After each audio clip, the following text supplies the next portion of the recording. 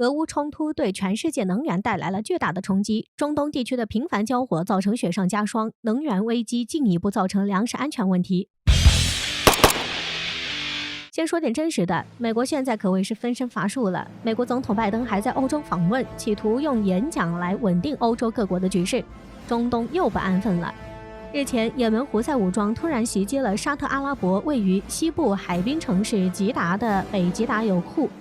并且根据新闻内容显示，这已经不是也门胡塞武装在俄乌冲突时期的第一次对沙特进行突然袭击了。每次的袭击都在不断升级，这次的突然袭击导致了沙特吉达部的2个油管起火，但未造成人员伤亡。很明显，也门胡塞武装的真正目标就是沙特的油库。沙特阿拉伯军方发言人马利基对也门胡塞武装的行为进行了强烈的谴责，认为也门胡塞武装这种针对油库实施的充满敌意的多次突袭，对世界能源安全和全球经济带来了巨大的破坏。国际能源署署长比罗尔也在次日的记者会上表示，目前国际社会石油市场动荡不堪，世界能源危机已经日益严重。作为普通老百姓，最直观的感受还是油价的飙涨，从7块已经涨到了10块了，并且依然还有增长的趋势。这对普通人的日常生活将造成不小的影响。我们知道，自俄乌冲突爆发以来，全球能源问题就已经开始逐渐升级。俄罗斯作为除中东地区以外世界最大的原油和天然气出口国，本就在国际能源贸易当中占据了巨大的份额。现在以美西方国家为首的一系列针对俄罗斯的原油、天然气出口贸易的制裁，已经造成了国际社会非常大的能源缺口。再加上中东地区的交火频繁，美国在也门问题上的处理让也门胡塞武装越来越不满，全球的油气荒不断加剧，能源问题雪上加霜。美国不是没有想过巨大能源缺口带来的国际影响。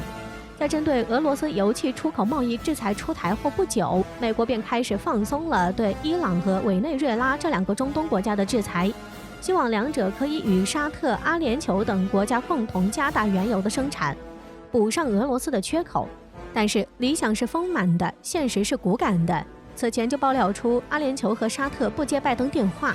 加上伊朗和委内瑞拉的提高生产不是一朝一夕的事情，还有也门胡塞武装的不断制造问题，美国已经无法解决自己制造出来的烂摊子了。同时，能源危机带来的一系列问题也是接踵而至，能源问题加剧会直接影响到全球产业链，带动大宗商品的上涨，产品本身自然水涨船高，物价开始飙升，粮食安全问题也就因此产生。